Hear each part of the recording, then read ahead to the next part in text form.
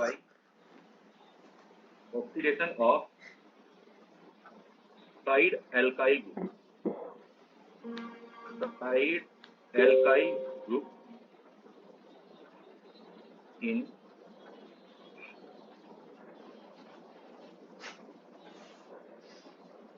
aromatic hydrocarbon.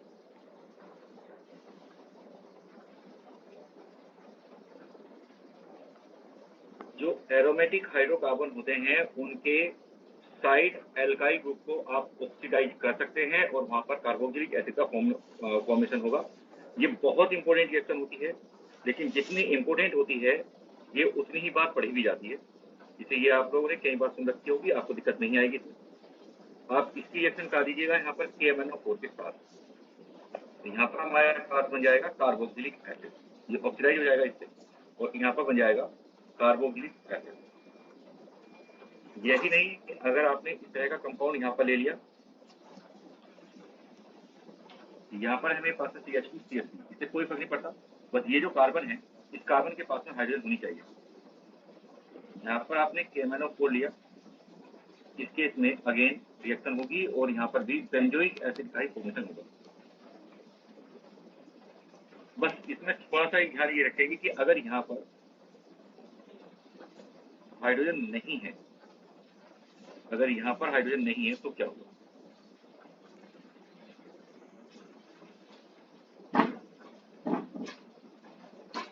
अगर ये वाला केस है, इस कंडीशन में आप यहाँ पर KMnO4 यूज कर रहे हैं, एक्चुअल में ये जो ऊपर वाला पार्ट है ये पहले ऑक्सीडाइज हो जाएगा और यहाँ पर ये बन जाएगा। जो मेन प्रोडक्ट यहाँ पर बनेगा वो बनेगा CH3, यहाँ पर CH3 एंड OH।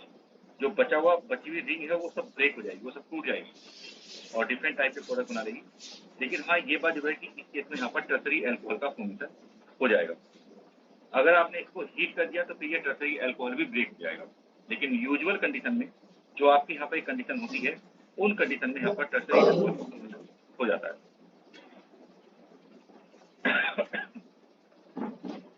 तो ये था हमारे पास में by the oxidation of side alkyl group in aromatic hydrocarbon. ये 6 नंबर की रिएक्शन थी। इसमें किसी को कोई दिक्कत है बेटा? Any doubt in this case? क्योंकि ये रिएक्शन ऐसी रिएक्शन है जो आपने कई बार सुनी है।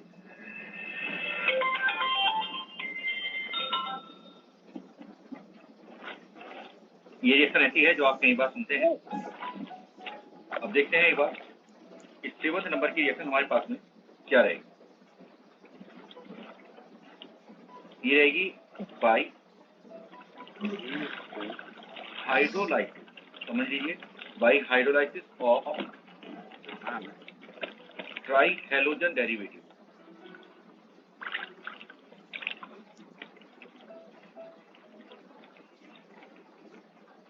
Bye hydrolysis of try halogen derivative. ये भी एक पॉपुलर मेथड होता है। तो मान लो आपके पास में है R, यहाँ पर C, यहाँ पर क्लोरीन, फिर यहाँ पर क्लोरीन और यहाँ पर क्लोरीन। तो ये ट्राई हैलोजन डेरिवेटिव है। आपको करना ये है कि जो ये ट्राई हैलोजन डेरिवेटिव है इसकी हाइड्रोलाइसिस करा देनी है। देखिए जनरली हम लोग इसको ऐसे करके दिखा देते हैं। मतलब यहाँ पर क्या होगा कि यहाँ पर आ गया OH, यहाँ पर एक और आ गया मेरे पास में OH और एक और आ गया OH। इन जनरल हम इसको ऐसे करके दिखा देते हैं। उसके बाद में इसमें से निकाल देते हैं H2O, ऐसे करके। ठीक, तो जब इसमें से आप H2O को सेपरेट आउट करोगे तो हमारे पास बन जाएगा यहाँ पर RCO एंड OH, इसका फॉर्मेशन हो जाएगा। हालांकि अगर आप चाहो तो देखिए इसकी प्रॉपर मैकेनिज्म पर भी जा सकते हो, उसमें कोई प्रॉब्लम नहीं है। बिल्कुल आसान है, एकदम मुश्किल नहीं है बिल्कुल। इसकी प्रॉपर मैकेनिज्म पे भी आप जा सकते हो। इसकी प्रॉपर मैकेनिज्म देखो इस तरीके से होती है कि पहले OH माइनस आपके पास और OH माइनस ने एक क्लोरीन को रिप्लेस कर दिया, बची हुई 2 क्लोरीन अभी यहाँ पर है। एक क्लोरीन को उसने रिप्लेस कर दिया और बची हुई 2। अगर कभी भी इस टाइप का केस मिल जाए कि एक ही कार्बन पर लिविंग ग्रुप भी लगा हुआ हो और उसी कार्बन पर OH ग्रुप भी लगा हुआ हो, तो याद क्या बेटा, ये जो OH ग्रुप है ये OH ग्रुप एक्चुअल में इस लिविंग ग्रुप को, ये याद रखेंगे, जो OH ग्रुप है वो लिविंग ग्रुप को हटा देता है। तो यहाँ पर हो जाएगा R, यहाँ पर C, यहाँ पर आ जाएगा O पर पॉजिटिव चार्ज HN, और यहाँ पर आ जाएगा मेरे पास में Cl। उसके बाद में ये सेपरेट आउट करके यहाँ पर आप बना ले जाओगे R, CO एंड Cl।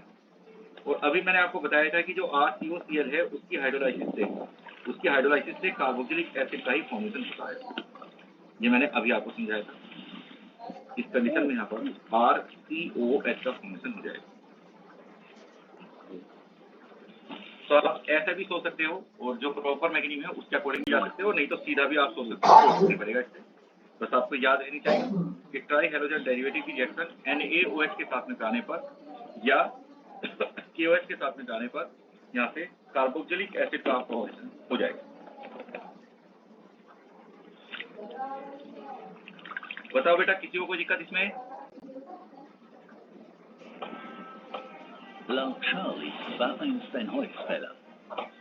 ठीक है, सभी सुन पा रहे हैं बेटा मेरी बात को?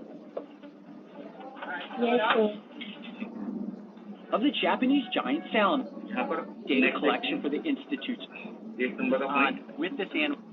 कुछ स्टूडेंट ने डाउट की बात की थी, तो आज आपको इवनिंग में मैं उनके डाउट मैनेज कर लूंगा।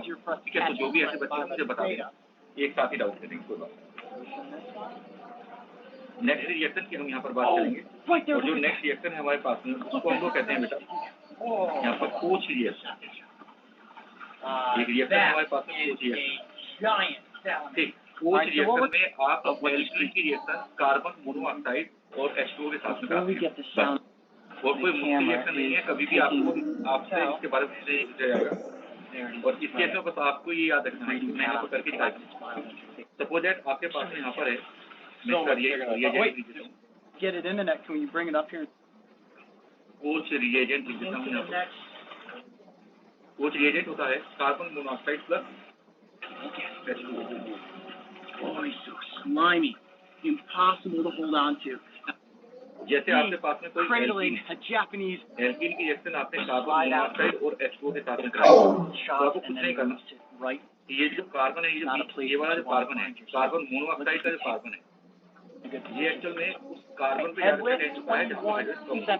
तो यहाँ तो दोनों साइड बराबर है, ये तो किधर से अटैच हो जाएगा। तो यहाँ पर बन जाएगा मेरे पास CH। क्या बेटा? Propanoic acid.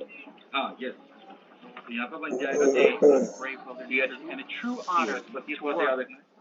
और इस केस में अगर ये वाली एक्शन ऐसे हो गई CH, डबल बॉन्ड CH2, अगर ये हो गया और इसकी एक्शन आपने यहाँ पर कार्बन मोनोऑक्साइड और H2O के साथ में करा दी, तो इसमें थोड़ा सा ध्यान रखेंगे। बस ये वहाँ पर जाता है जहाँ पर हाइड्रोजन कम होते हैं। ये जो ग्रुप है आपको वहाँ पर अटैच करना है जहाँ पर हाइड्रोजन कम होते हैं।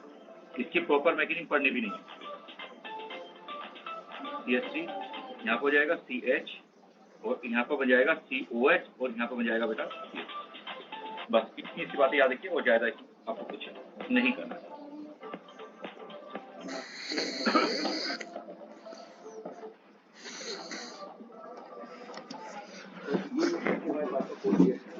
रिएक्शन के बाद में अब हम यहाँ पर देखेंगे by the oxidation of alkene, मतलब जो एल्कीन है उनके ऑक्सीडेशन से इसको बनाना। तो 9 नंबर का जो रिएक्शन है वो है फ्रॉम ऑक्सीडेशन। अभी तक देखिए आपने कोई भी रिएक्शन ऐसी नहीं है जो नहीं देखी हो, सब रिएक्शन ऐसी हैं जो ऑलरेडी कहीं ना कहीं हम लोग पढ़ चुके हैं। फ्रॉम ऑक्सीडेशन ऑफ एल्कीन, तो इसमें भी बस थोड़ा सा याद रखने की बात है। जैसे सपोज आपके पास यहाँ पर CH3 डबल बॉन्ड CH2 ये है, आप इसका ऑक्सीडेशन करा दीजिए यहाँ पर A2CR2O7 के साथ, या फिर करा दीजिए आप KMnO4 के साथ। तो इस केस में कुछ नहीं होगा, ये वाला बॉन्ड ब्रेक हो जाएगा। ठीक, याद रखेंगे कि ये हीटिंग कंडीशन में मैं ले रहा हूँ।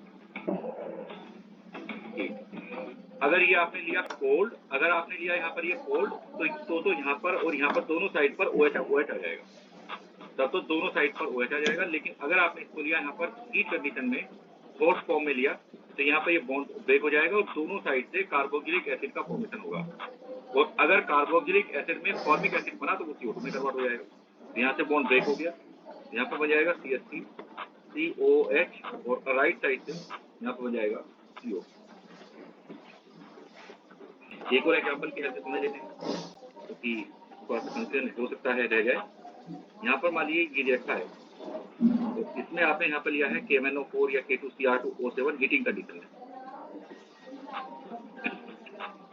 तो उस कंडीशन में ये वाला बॉन्ड यहाँ से ब्रेक होगा और यहाँ से भी CH3COH बनेगा और यहाँ से भी CH3COH बनेगा। तो यहाँ पर 2 मोल्स ऑफ CH3COH का फॉर्मेशन होगा। ये रिएक्शन है जो कि एल्कीन के अंदर आप लोग पहले से ही पढ़ करके आते हैं। ये रिएक्शन हमने पहले से ही एल्कीन के अंदर पढ़ रखी है। चलिए कॉपी कर लीजिए फटाफट, और कोई अगर दिक्कत हो इतने में तो आप मेरे से पूछ लीजिए।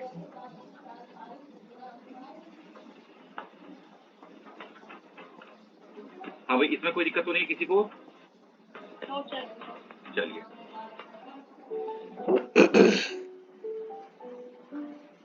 तो ये तो थी हमारे पास में methods of preparation of carboxylic acid. Carboxylic acid को आप इन मेथड्स की हेल्प से बना सकते हैं।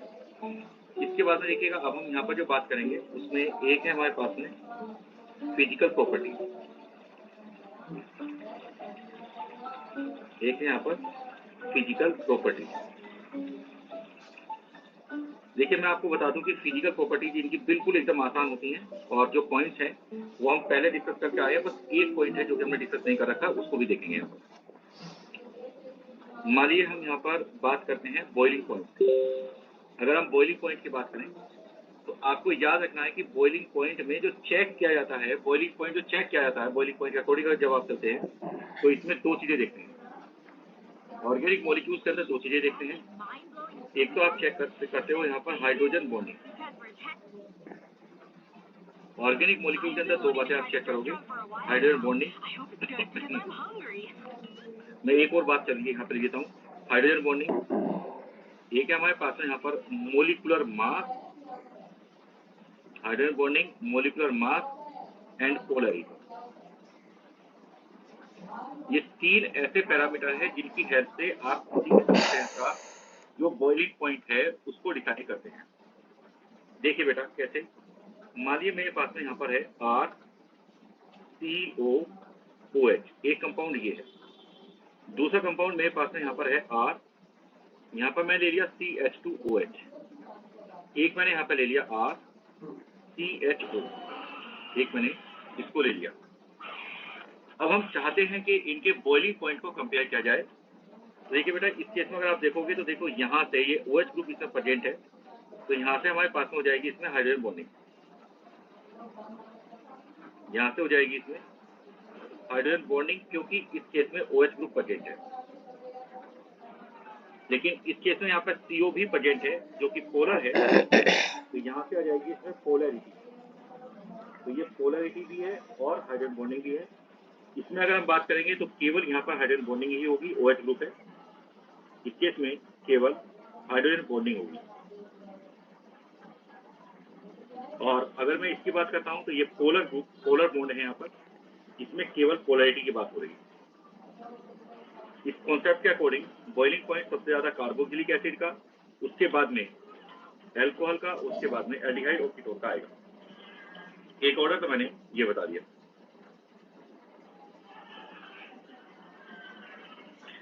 दूसरी बात ये है कि अगर हम यहाँ पर बात करें तो जैसे HCOOH है मेरे पास, उसके बाद में दूसरा है यहाँ पर CH3COH, उसके बाद में है CH3CH2COH, CH3CH2 एंड COH, उसके बाद में है CH3CH2 एंड COH। मतलब इस तरीके से है। तो चूंकि इस केस में यहाँ पर जो इसका मोलिकुलर मास है वो बढ़ता हुआ जा रहा है। इसका मोलिकुलर मास ज़्यादा है, इसका कम है, इसका मोलिकुलर मास और कम है और इसका मोलिकुलर मास सबसे कम है। इस केस में जो बॉइलिंग पॉइंट है वो इस ऑर्डर को फॉलो करते हुए चल जाएंगे।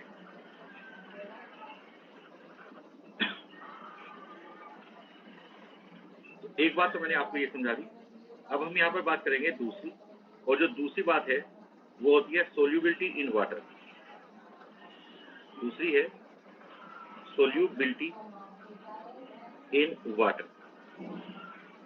देखिए, अगर हम वाटर के अंदर सोल्यूबिलिटी की बात करें तो वाटर के अंदर सोल्यूबिलिटी जो मैंने ऊपर पैरामीटर लिखे थे लगभग उन्हीं के ऊपर डिपेंड करेगी, लेकिन थोड़ा सा डिफरेंस के साथ।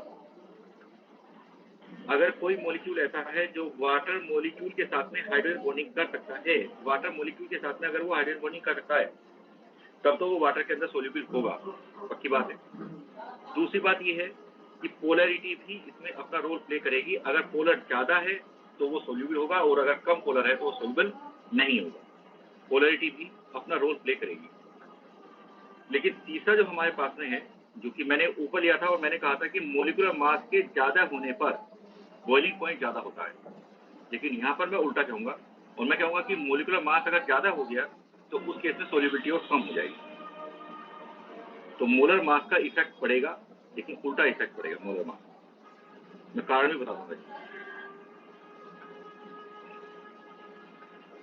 जैसे हमारे पास में है HCOH, तो ये वाटर के अंदर सोल्यूबल है, कोई प्रॉब्लम नहीं है, ठीक है। लेकिन अगर हम यहाँ पर बात करते हैं कि हमारे पास में यहाँ पर कोई ऐसा हो जैसे CH3OCH3 ये हो, तो चूंकि इस वाले केस में यहाँ पर जो है प्रॉपर हाइड्रोजन बॉन्डिंग नहीं होती है, इसलिए इस केस में सोल्यूबिलिटी बहुत ज्यादा नहीं आती। अगर मान लिया आपके पास में कोई एल्केन ही हो जाए तो वो तो बिल्कुल भी सोल्यूबल नहीं। तो यहाँ पर सोल्यूबिलिटी का ऑर्डर ऐसे आपको देखने को मिलेगा। आप चाहें तो अल्कोहल और एल्डिहाइड से भी कंपेयर कर सकते हैं सोल्यूबिलिटी को, और सेम ऑर्डर मिलेगा जो कि ऊपर आया था, सेम ऑर्डर वही मिलेगा। लेकिन यहाँ पर थोड़ा सा बस ध्यान रखेंगे कि जैसे हमारे पास में फॉर्मिक एसिड है HCOH है, ये वाटर के अंदर हर एक रेशो में सोल्यूबल है, ये वाटर के अंदर बहुत ज्यादा सोल्यूबल है।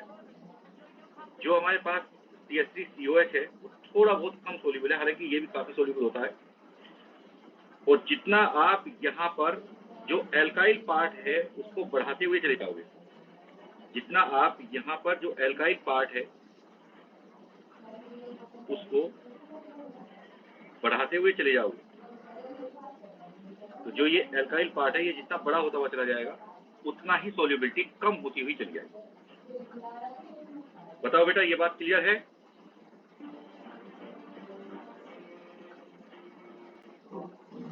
हाँ जी बताइए, किसी को कोई दिक्कत आई इसको समझने में? मैं थोड़ा सा और बता देता हूँ। देखिए बेटा, जैसे आप यहाँ पर लिखते हो RC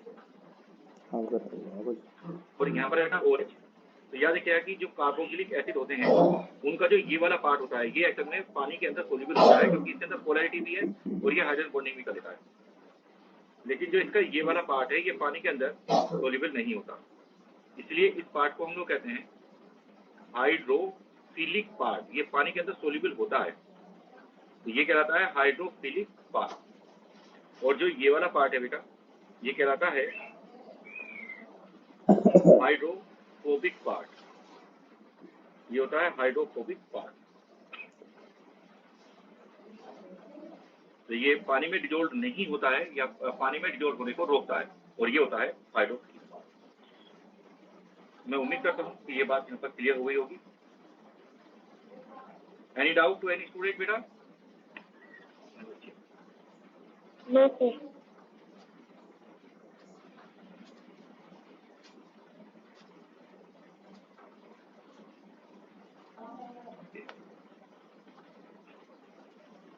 तो ये हो गया। अब देखिए थर्ड पार्ट देखेंगे। यहाँ पर थर्ड पार्ट है हमारे पास में dimer formation. Dimer formation in non polar सोल्वेंट। तो यहाँ पर जो एक पार्ट है, एक टॉपिक है, वो है dimer formation in non polar सोल्वेंट। Actual में क्या होता है, देखिए मेरी बात समझना। अगर मान लो आपके पास में कोई एसिड है, जैसे मान लो मैं यहाँ पर ले लेता हूँ, तो मेरे पास में यहाँ पर benzoic acid C6H5C double bond O and OH। देखो, अगर आपने बेंजोइक एसिड को डाल दिया वाटर के अंदर, तो ये बेंजोइक एसिड एसिडिक ये H प्लस प्रोवाइड करेगा और यहाँ पर C6H5 C double bond O minus ये बन जाएगा। तो जरा देखिए मैंने यहाँ पर मैं किस तरीके से इसको शो कर रहा हूँ। तो यहाँ पर बन जाएगा C6H5, यहाँ पर C डबल बॉन्ड O, यहाँ पर O पर नेगेटिव चार्ज और यहाँ पर H प्लस सेपरेट आउट हो जाएगा। तो ये जब की बात है जब आपने इसको डाला है वाटर के अंदर। लेकिन अगर आप वाटर के अमाउंट को यहाँ पर कम करते हुए चले जाए, वाटर का अमाउंट आपने बहुत कम कर दिया और आपने यहाँ पर बिल्कुल प्योर ये ले लिया, यानी कि मेनली आपके पास यहाँ पे यही कंपाउंड है C6H5COOH, मेनली आपके पास में यही कंपाउंड है और वाटर का अमाउंट यहाँ पर ना के बराबर या नहीं है। तो देखिए बेटा होगा क्या इसमें, मैं उसको भी समझा देता हूँ। उस केस में इसमें इस टाइप की रिएक्शन होना शुरू हो जाएगी। C6H5CO यहाँ पर हो जाएगा OH2 पॉजिटिव, ये बन जाएगा, प्लस यहाँ पर बन जाएगा C6H5 और यहाँ पर C double bond O and O पर माइनस चार्ज, ये रिएक्शन होनी शुरू हो जाएगी। और इस वाले केस को जो मैंने अभी यहाँ पर आपको समझाया है, इसको आपने सुना होगा, इसको कहा जाता है बेटा ऑटोप्रोटोलाइसिस। इसको हम लोग ऑटोप्रोटोलाइसिस का फिनोमेना कहते हैं। तो ये होना शुरू हो जाएगा।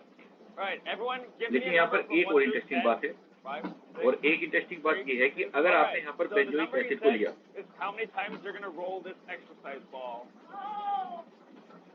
आपने बेंजोइक एसिड को लिया और जो हमारे पास में बेंजोइक एसिड है,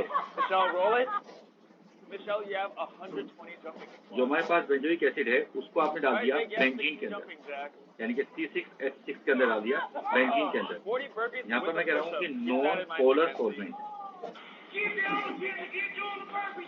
अगर आपने यहाँ पर नॉन पोलर सॉल्वेंट ले लिया तो इस कंडीशन में इंटरेस्टिंग बात ये होगी कि देखिए ये H प्लस देने की कोशिश करेगा, एसिड है तो H प्लस देने की कोशिश करेगा, लेकिन H प्लस को लेने वाला कोई भी नहीं है। और अगर H प्लस को लेने वाला कोई नहीं है तो इस कंडीशन में यहाँ पर हो जाएगी हाइड्रोजन बॉन्डिंग। यहाँ पर दो मॉलिक्यूल्स के बीच में इस तरीके से हाइड्रोजन बॉन्डिंग यहाँ पर हो जाएगी। तो इसको हम लोग कहते हैं डाइमर फॉर्मेशन। तो यहाँ पर डाइमर फॉर्मेशन हो जाएगा और जो इसका मोलिकुलर मास है, वो डाइमर फॉर्मेशन के अकॉर्डिंग आना शुरू कर देगा। इस कंडीशन में यहाँ पर डाइमर फॉर्मेशन हो जाएगा। बताओ भाई किसी भी स्टूडेंट को इस बात को समझने में कोई दिक्कत आई है? Dimer formation in non polar solvent, ये समझाया मैंने। देखिए बेटा जो सबसे पहला वाला है वो तो आपने क्या किया कि वाटर के अंदर डाला, तो जितना ज्यादा आप पानी यहाँ पर यूज करेंगे, उतना क्या होगा कि जो हमारे पास में ये वाला मॉलिक्यूल है, जो एसिड का मॉलिक्यूल है, वो H प्लस देगा, वो अपने H प्लस को यहाँ से दे देगा और H2O H प्लस को ले लेगा, तब तो ये रिएक्शन होती चली जाएगी। अगर आपने पानी लिया ही नहीं, इस कंडीशन में क्या है कि ये मॉलिक्यूल आपस में ही H प्लस को लेने और देने का काम शुरू कर देंगे, जिसको हम ऑटोप्रोटोलाइसिस कहते हैं। लेकिन अगर आपने वहाँ पर नॉन प्रोटिक सॉल्वेंट ले लिया, नॉन प्रोटिक सॉल्वेंट का मतलब ये निकला कि H प्लस अब जाएगा कहाँ, इसमें से H प्लस निकलेगा लेकिन वो जाएगा कहाँ, नॉन प्रोटिक सॉल्वेंट है, तो उस कंडीशन में ये डाइमर फॉर्मेशन करना शुरू कर देंगे। ठीक, तो उस कंडीशन में जो इनका मोलिकुलर मास है वो भी डबल आना शुरू हो जाएगा। तो यहाँ पर ये बात मैंने आपको समझाई है। जब आप पानी कम अमाउंट में लेते हैं, हमारी मेरी बात समझना, जब आप वाटर को कम अमाउंट में लेते हैं तो उस कंडीशन में डाइमर फॉर्मेशन होता है, लेकिन पूरा नहीं होता। उस कंडीशन में ये जो ऑटोप्रोटोलाइसिस का फिनोमेना है ये ज्यादा होता है और डाइमर फॉर्मेशन कम होता है। लेकिन अगर आपने वहां पर नॉन पोलर सॉल्वेंट कर दिया तो उस कंडीशन में डाइमर फॉर्मेशन बढ़ जाएगा, फिर डाइमर फॉर्मेशन हो जाएगा। तो मतलब ये होता है कार्बोक्सिलिक एसिड की प्रॉपर्टी। बताइए बेटा यहाँ तक क्लियर है? ठीक है, चलिए तो ये मैंने यहाँ पर आपको समझा दिए। मेल्टिंग पॉइंट का इनका इररेगुलर बिहेवियर होता है, इसलिए उसके ऊपर क्वेश्चन आपसे नहीं पूछे जाते हैं क्योंकि उसका इररेगुलर बिहेवियर होता है। इसको समझने के बाद अब जो हम यहाँ पर जाएंगे वो जाएंगे इसकी नेक्स्ट टाइप की बातें, तो वो है कि एसिडिक प्रॉपर्टी। फिजिकल प्रॉपर्टीज के बाद अब हम देखेंगे एसिडिक प्रॉपर्टीज। एसिडिक प्रॉपर्टी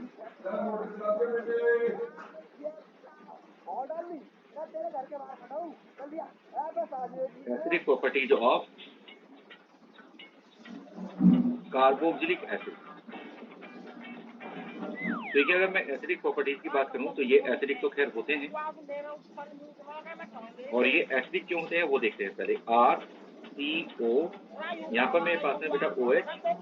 अब इस केस में होगा क्या कि ये जो कार्बोक्सिलिक एसिड का मॉलिक्यूल है, इसके कुछ मॉलिक्यूल एक्चुअल में कार्बोक्सिलेट में कन्वर्ट हो जाएंगे। इसके जो कुछ मॉलिक्यूल्स हैं वो कार्बोक्सिलेट में कन्वर्ट हो जाएंगे, वो कार्बोक्सिलेट में कन्वर्ट हो जाएंगे, यहाँ पर कन्वर्ट हो जाएंगे। अब अगर ये कार्बोक्सिलिक एसिड, आप एक बात समझना, यहाँ पर कई पॉइंट बनते हुए चले जाएंगे हमारे।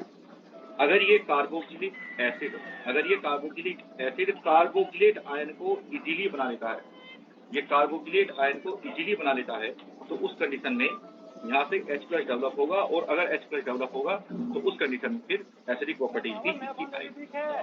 तो देखिए यहाँ पर मैं क्या क्या पॉइंट बनाऊंगा। तो नया ही लगा लो, नया कम बढ़िया लगे एसिडिक नेचर ऑफ कार्बोक्सिलिक, यानी कि RCO। अगर आप ये चाहते हैं कि जो कार्बोक्सिलिक एसिड है उसका एसिडिक नेचर ज्यादा से ज्यादा हो, तो क्या क्या होना चाहिए, तो देखो यहाँ पर लिखा हो जाएगा। जो हमारे पास में Ka की वैल्यू है वो ज्यादा होनी चाहिए। ये जो कार्बोक्सिलिक एसिड है उसका Ka ज्यादा होगा, और अगर Ka ज्यादा होगा तो आपने सुना होगा कि जो pKa है वो pKa कम होगा, क्योंकि जो हमारे पास में pKa है वो होता है -log of Ka।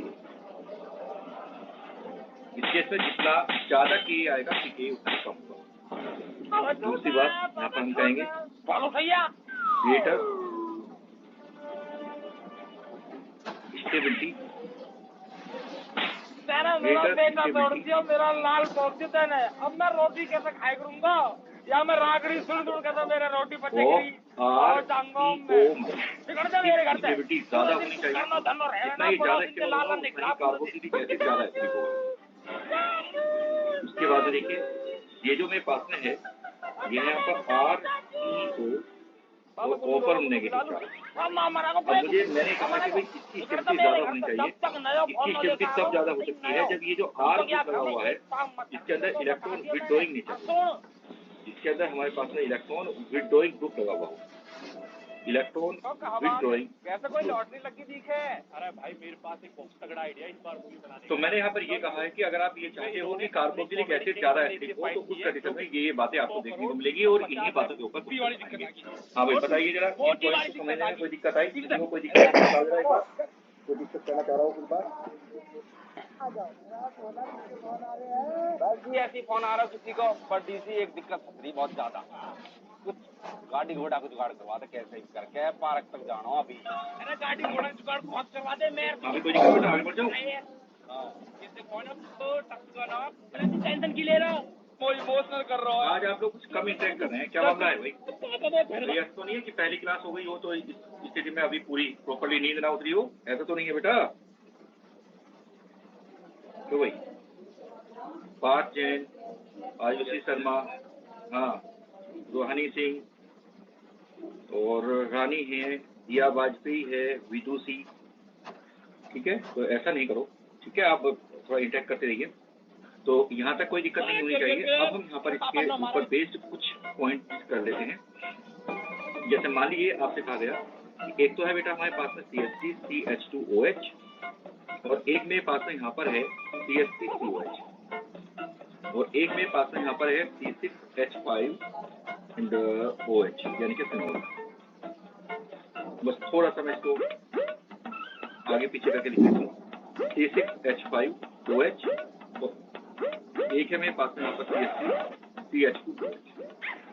चलिए सबसे पहले बताइए मुझे वो तो मैंने लू कही, जब तक तू फोन न दिया को वो सोडियम के साथ रिएक्शन करते हैं। पापा मैं तुमको फोन लेने के पैसे जोड़ रहा हूँ, फोन के ला रहा हूँ। पापा मैं तारे फोन के मारे दिन रात पैसा जोड़ो, कंपनी में काम करो, मैंने बेलदारी करी। अयो माँ कसम पापा तुम वो अपनी बाइक दो मत दो, मैं मिलाऊँ तुमको फोन वोन, मैं लाऊंगा तुमको बूफर अब चलिए बताइए, माना बेटा जो है कार्बोक्सिलिक एसिड है वो सोडियम के साथ रिएक्शन करते हैं या नहीं?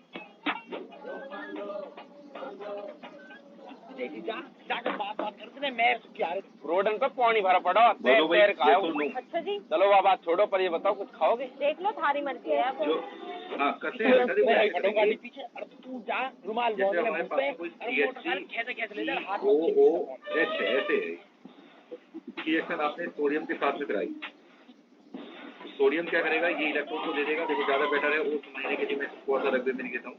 देखो आप मेरी बात सुनना, देखिए बेटा यहाँ पर Na अरे भाई साहब बकती ले ली दिखे होगा और यहाँ से इलेक्ट्रॉन निकलेगा। ये जो इलेक्ट्रॉन है ये इलेक्ट्रॉन किससे पहुंच जाएगा, ये बॉन्ड टूट करके इस पर आ जाएगा, यहाँ पर बन जाएगा R3O माइनस, इधर आ गया तो यहाँ से बना Na प्लस आप पागल तो ना हो गए? वो मेरा देखिए फोन ये की है बॉन्ड बस। इधर टूट के जाएगा तो ये H3 रेडिकल बनेगा और ऐसे ऐसे दो बन जाएंगे। यहाँ पर हाफ ये तो आपके दोस्त से देखी, ये चोर इसका है। मतलब ये निकला कि जो कार्बोक्सिलिक एसिड हैं वो वो ना बताइए सोडियम मैं के साथ चोर में है। बोला मेरी 100% बात सुनो, वो मेरा फोन की है। लेकिन सोडियम के साथ में, देखिए मेरी बात बता रही हूँ, मैं रिपोर्ट कर दूंगी सोडियम के साथ डीसी में, की और आपकी सोडियम के भी। साथ में ऐसा कोई भी एसिड रिएक्शन कर लेगा जो कि हाइड्रोजन से ज्यादा है। ऑलवेज जो रिएक्शन है वो स्ट्रोंगर एसिड और वीक एसिड जाती है। तो ऐसा कोई भी एसिड जो कि हाइड्रोजन से ज्यादा एसिडिक हो वो सोडियम के साथ में रिएक्शन करेगा। यही कारण है कि सोडियम के साथ में बेटा फिनोल भी रिएक्शन करता है और इसके साथ में जो अल्कोहल है वो भी सोडियम के साथ में रिएक्शन करता है। तो हम एसिडिक प्रॉपर्टी की यहाँ पे कंपेरिजन कर रहे हैं। फोन ले जा अपनी सेटिंग दिया अब मैं दूसरी बात ये है कि जो NaOH है मैं उसकी बात कर रहा हूँ कि NaOH एसिड के साथ रिएक्शन करेगा या नहीं? खेत में जाओगे तुम खेत जाने कह रहे ट्रैक्टर आधा को भी पीपल कह रहा हूँ ट्रैक्टर तो भूरार के गीत करेगा उसकी बातें करेगा। देखो ये बेस है, स्ट्रॉन्ग बेस है और ये हमारे पास में एसिड है, यहाँ पर रिएक्शन होगी और रिएक्शन होकर के यहाँ पर बनेगा CH3COONA और यहाँ पर बन जाएगा H2O। अब इसका भी नियम मैंने बताया, कोई भी ऐसा एसिडिक कंपाउंड, कोई भी ऐसा एसिडिक कंपाउंड जो कि H2O से ज्यादा एसिडिक होता है, जो कि H2O से ज्यादा एसिडिक होता हो वो भी NaOH के साथ रिएक्शन करेगा। नियम सीधा ये है कि वो H2O से ज्यादा एसिडिक होता है। तो जो फिनोल है वो भी H2O से ज्यादा एसिडिक होता है, इसलिए NaOH के साथ में ये भी रिएक्शन करेगा। कार्बोक्सिलिक एसिड तो करेंगे ही करेंगे, लेकिन अल्कोहल नहीं करेंगे। अल्कोहल को इनके इसमें रिएक्शन नहीं करेंगे क्योंकि अल्कोहल था लेस एसिडिक देन इसमें केवल CH3OH चलेगा, लेकिन इसके अलावा कोई नहीं करेगा। ठीक है, तो यहाँ पर मैं लिख देता हूँ एक पॉइंट, जो CH3OH है वो रिएक्शन कर लेगा NaOH के साथ, इसके अलावा कोई नहीं। उसके बाद फिर देखिए बेटा, अगर आपके पास में यहाँ पर CH3 CO और यहाँ पर OH है, इसकी रिएक्शन आपने कराई यहाँ पर NaHCO3 के साथ, तो NaHCO3 क्या करेगा, यहाँ से ले लेगा ये एक्चुअल में इतना पार्ट ये एक साथ आ जाएगा, इतना पार्ट एक साथ आ जाएगा। इसके हमारे पास जो बनेगा वो बन जाएगा CH3 CO और यहाँ पर जाएगा ONA प्लस, अब यहाँ पे जो बनेगा वो बनेगा H2CO3 CO3। हाँ मेरा नया नया ये जो कितना महंगा फोन है ये कन्वर्ट हो जाएगा यहाँ पर प्लस H2O। ये सारी चीजें हम लोगों ने जनरल ऑर्गेनिक केमिस्ट्री के अंदर। अब नियम क्या है, देखिए अपना अगला नियम बताता हूँ। अगला नियम ये होगा कि ऐसा कोई भी कंपाउंड जो कि H2CO3 से ज्यादा एसिडिक होता हो, ऐसा कोई भी कंपाउंड जो कि H2CO3 से ज्यादा एसिडिक होता हो वो NaHCO3 के साथ में रिएक्शन करेगा। और इसमें जो कार्बोक्सिलिक एसिड है वो NaHCO3 के साथ में रिएक्शन करते हैं, लेकिन फिनॉल नहीं करता है। NaHCO3 के साथ में फिनॉल रिएक्शन नहीं करता है और जो अल्कोहल्स हैं वो भी बिल्कुल नहीं करते। NaHCO3 के साथ में ये भी रिएक्शन नहीं करता। तो मैं उम्मीद करता हूं कि मैंने अल्कोहल, फिनॉल और कार्बोक्सिलिक एसिड इन तीनों की एसिडिक स्ट्रेंथ का क्या डिफरेंस है वो समझाया है। जो अल्कोहल्स हैं वो केवल सोडियम के साथ में रिएक्शन करेंगे, जो फिनॉल है वो सोडियम के साथ में रिएक्शन करेगा, NaOH के साथ भी रिएक्शन करेगा, लेकिन NaHCO2 के साथ में नहीं। और जो कार्बोक्सिलिक एसिड है वो तीनों के साथ में रिएक्शन करेगा। यही क्राइटेरिया हमारे पास में होता है जिससे हम इन तीनों की एसिडिक नेचर को कंपेयर कर पाते हैं। तो ये हुआ, मैंने पहला पॉइंट बताया। तो एसिडिक नेचर यहाँ पर कंपेयर हो गई, ये वाला स्कोर आ गया। हाँ जी, CH3OH तीनों के साथ करेगा। हाँ ये देखिए बेटा, कार्बोक्सिलिक एसिड चूंकि फिनॉल से या अल्कोहल से ज्यादा एसिडिक होते हैं, इसलिए ये तो तीनों से रिएक्शन करेगा। जो फिनॉल है वो फिनॉल कार्बोक्सिलिक एसिड से कम एसिडिक होता है, इसलिए वो 2 से रिएक्शन करता है, लेकिन NaHCO3 से रिएक्शन नहीं करता। मतलब इससे ये साबित होता है कि जो फिनॉल है वो H2CO3 से वीकर है, तो वो रिएक्शन नहीं करेगा। और जो कार्बोक्सिलिक एसिड है वो H2CO3 से स्ट्रॉन्ग है, इसलिए वो रिएक्शन कर रहा है। और जो मेरे पास में यहाँ पर अल्कोहल है वो भी NaOH के साथ रिएक्शन नहीं करेंगे, लेकिन सोडियम के साथ रिएक्शन करेंगे। अब बताओ कॉन्सेप्ट समझ में आ पाया है? आप एक काम करो, इनको कहीं दूर ले जाकर अपने गुरुकुल में डाल दो। मिथेनॉल और फिनॉल में से फिनॉल ज्यादा एसिडिक होता है। ठीक है, मैं यहाँ पर दूसरा पॉइंट लिख देता हूँ। सेकेंड पॉइंट, एक आपके पास में यहाँ पर है CH3OH और एक के बेटा आपके पास है। देखो ये पॉइंट थोड़ी सी याद रहेंगे ना आपको, इससे क्या होगा कि आपको क्वेश्चन फटाफट हुआ करेंगे। इन दोनों में से जो फिनॉल है वो ज्यादा एसिडिक होता है, हालांकि ये दोनों ही ऐसे हैं जो NaOH के साथ रिएक्शन कर रहे हैं, लेकिन ये दोनों ही NaOH के साथ रिएक्शन कर लेंगे, लेकिन ये ज्यादा होता है, ये बहुत मतलब ये कम होता है। तीसरा देखो एक और पॉइंट होगा, अरे एक बार ऊपर बता दो। हरी बोतल में पीने को मजा ही कुछ और है। जनता सोच रहा है कि कोल्ड ड्रिंक भर रहा है, तुमने कहा था तुम शहर में तो पौड़ी भर के लाए। भाई मेरा मन करे आज घर 5-7 लड़की जा रही हो, अरे मैं उनने बोले। अब देखो एक और मैं तीसरा क्वेश्चन आपको बताता हूँ। मान लीजिए आपको कहा जाए कि एक तो है HCOH, यानी कि ये है, एक आपके पास में है यहाँ पर बेंजोइक एसिड। मैं ऐसा कर लेता हूँ कि इसको ले लेता हूँ CH3CH, यहाँ पर CH3CH ले लिया, और एक मैंने लिया यहाँ पर C6H5CO, और एक मैंने यहाँ पे लिया HCOOH। तो देखिए एक तो हो गया यहाँ पर क्या कॉमन एसिड है बिल्कुल, एक तो है बेटा एसिटिक एसिड, एक है यहाँ पर बेंजोइक एसिड,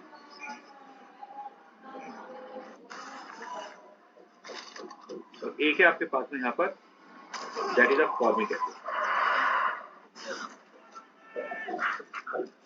ठीक है, अब आपको बेटा ये कंपेयर करना है, ये चेक करना है कि इनकी एसिडिक कैरेक्टर का ऑर्डर क्या है। थोड़ा सा यहाँ पर डाटा भी है। सबसे ज्यादा कौन है एसिडिक इसमें? 3 to 1 कैसे?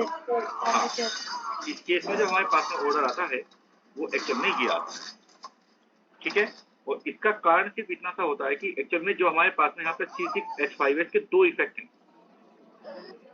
इसका एक इफेक्ट तो होता है जो है +M, और एक होगा इसका -I। ठीक, तो इस केस में यहाँ पर हमारे पास में +M है और -I है। अगर यहाँ पर देखोगे तो जो CH3 है उसका केवल एक ही इफेक्ट है और वो लग रहा है यहाँ पर +I। तो ये +I की वजह से एसिडिक स्ट्रेंथ को घटा रहा है, यहाँ पर कुछ है नहीं। तो इस केस में क्या है कि यहाँ पर चूंकि +M और -I दोनों लग रहे हैं और यहाँ पर केवल +I लग रहा है, इसलिए आपको एसिडिक स्ट्रेंथ का ऑर्डर देखने को मिल रहा है। थोड़ा सा डाटा भी है यहाँ पर। ठीक, चलिए और भी केसेस कर लेते हैं जो आपसे पूछे आते हैं। मानिए आपसे कहा गया है कि एक तो है हमारे पास है यहाँ पर C6H5COH, और दूसरा है हमारे पास है यहाँ पर C6H5SO3H। तो बताइए which is more acidic? C6H5SO3H। This is Rubik's Cube puzzles from level 1 to level 2. अब देखिए बेटा अगर आप इसको कंपेयर करोगे तो C6H5 यहाँ पर C डबल बॉन्ड O और यहाँ पर O, तो जब इसमें से H+ हट जाएगा तो ये वाला एनायन बनेगा, और जब इसमें से H+ हट जाएगा तो यहाँ पर बनेगा C6 H5, उसके बाद में यहाँ पर आ जाएगा मेरे पास में F डबल बॉन्ड O और यहाँ पर आ जाएगा O पर नेगेटिव चार्ज। तो इसका एनायन ये है और इसका एनायन ये है। तो जो इसका एनायन है एक्चुअली उसमें ज्यादा रेजोनेंस हो रहा है और उसका जो नेगेटिव चार्ज है वो 3 ऑक्सीजन पे फैल रहा है, इसका नेगेटिव चार्ज 2 पे फैल रहा है। इस वजह से जो स्टेबिलिटी ऑर्डर है इन दोनों का वो ये है। और मैंने पहले ही कहा था कि जो एनायन होता है उसकी स्टेबिलिटी जितनी ज्यादा है उतना ही कार्बोक्सिलिक एसिड ज्यादा एसिडिक होते हैं। उस कंडीशन में ये वाला ऑर्डर आपको मिल जाएगा। तो ये 4 पॉइंट मैंने कहा किसी को कहीं भी कोई दिक्कत आ रही हो तो तुरंत मुझे बता दे, अपने आप को अनम्यूट करके मुझे बता दे। Isn't too bad if you can follow a tutorial. हाँ जी सर, इस थर्ड केस में जो है प्लस एम इफेक्ट तो प्लस आई से ज्यादा होता है, तो वो ज्यादा कार्बो ओके। देखिए बेटा ऐसा है, मेरी बात समझो, ऐसा नहीं है कि ऑलवेज प्लस एम ज्यादा ही होता है, ऐसा भी नहीं है। जैसे अगर मैं हेलोजन की बात करूं तो हेलोजन के केस में माइनस आई उनके प्लस एम पर डोमिनेट करता है। ऐसा नहीं है कि ऑलवेज ऐसा होता है, कहीं कहीं पर जो प्लस एम का रोल है वो बहुत ज्यादा अगर नहीं होता है तो उस कंडीशन में जो है, देखिए मैं आपको अभी बता देता हूँ कभी एग्जाम्पल, इसी का जो पॉइंट है वो बता देता हूँ और 5th पॉइंट में यही बनाऊंगा। ठीक है, आपकी बात को एक्सप्लेन करने के पॉइंट। जैसे मान लो एक तो है हमारे पास में यहाँ पर बेंजोइक एसिड, यहाँ पर आपने लिया OH का देता हूँ, यहाँ पर हमारे पास OH और A डबल बॉन्ड। अब देखिए जब आप यहाँ पर डिसोसिएट करेंगे तो डिसोसिएट करने के बाद में आपको अब आप समझ यहाँ इस बात को, आप क्लियर हो जाएगी बात। यहाँ पर माइनस चार्ज, यहाँ पर डबल बॉन्ड O और H प्लस। अब देखिए मैंने ये कहा है कि जो हमारे पास में यहाँ पर ये रिंग है, जो ये यहाँ पर रिंग है, मैं कह रहा हूँ कि इसमें हो रहा है यहाँ पर रेजोनेंस। अब इसका रेजोनेंस होगा, रेजोनेंस ये जो इलेक्ट्रॉन पेयर है वो यहाँ पे जा रहा है और ये इलेक्ट्रॉन पेयर यहाँ पे जा रहा है।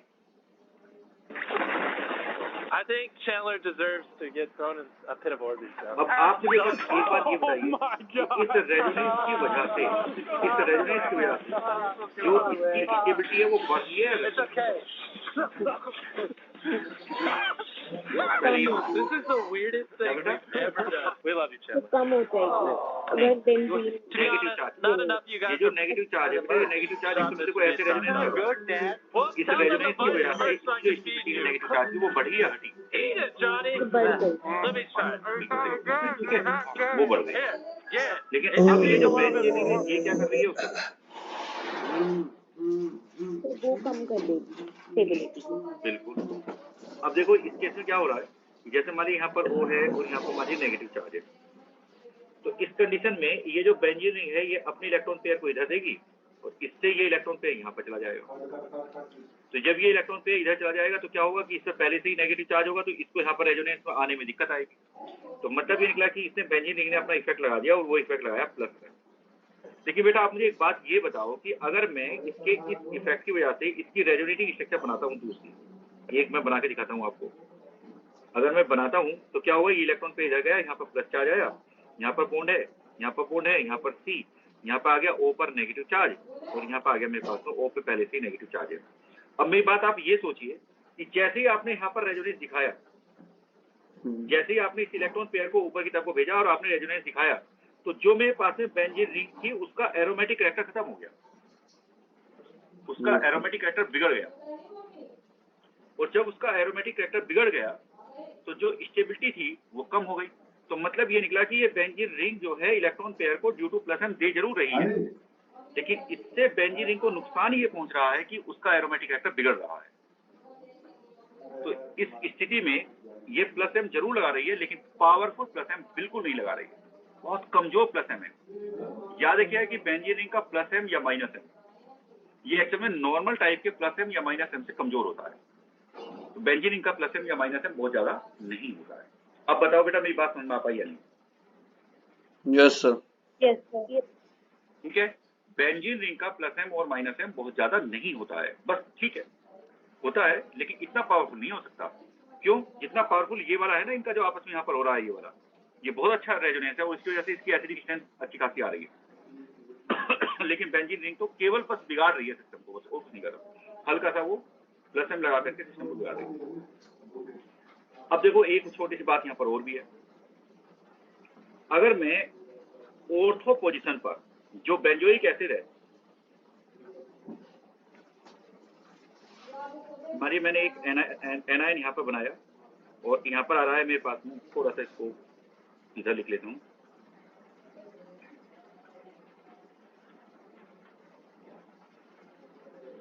देखो मानिए मेरे पास में एक एनायन ये है, यहाँ पर C डबल बॉन्ड O पर नेगेटिव चार्ज, एक तो एनायन मेरे पास में ये है और दूसरा एनायन मेरे पास में यहाँ पर ये है।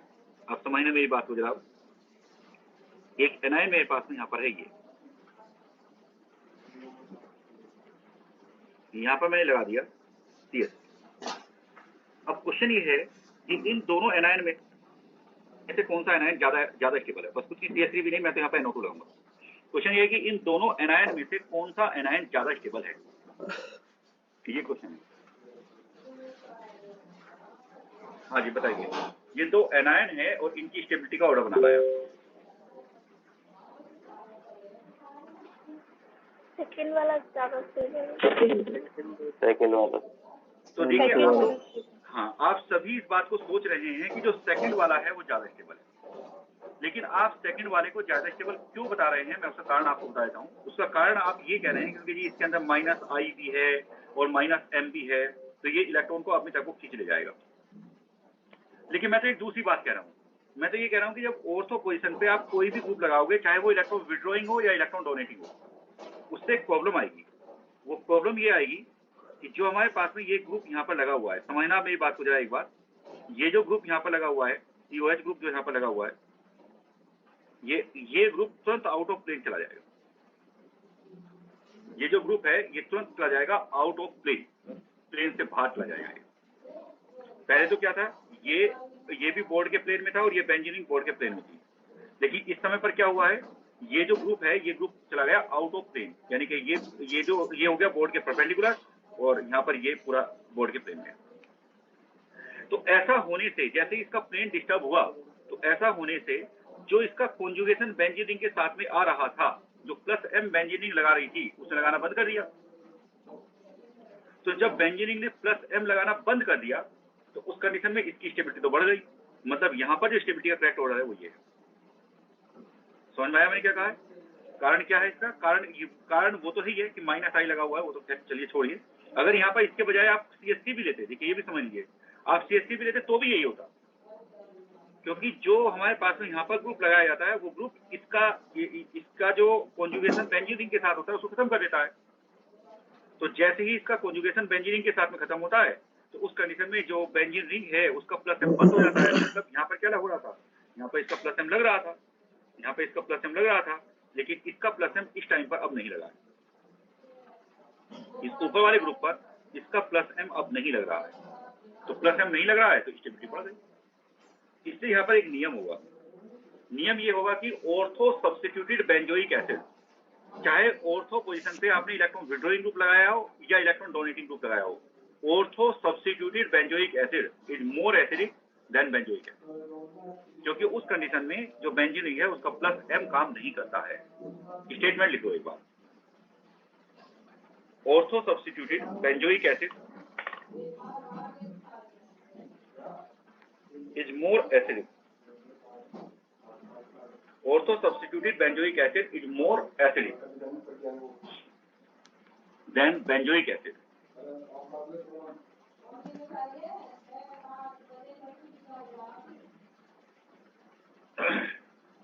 अब इसके एग्जांपल करते हैं। जैसे मान लो आपको दिया गया कि यहाँ पर मेरे पास में था COH,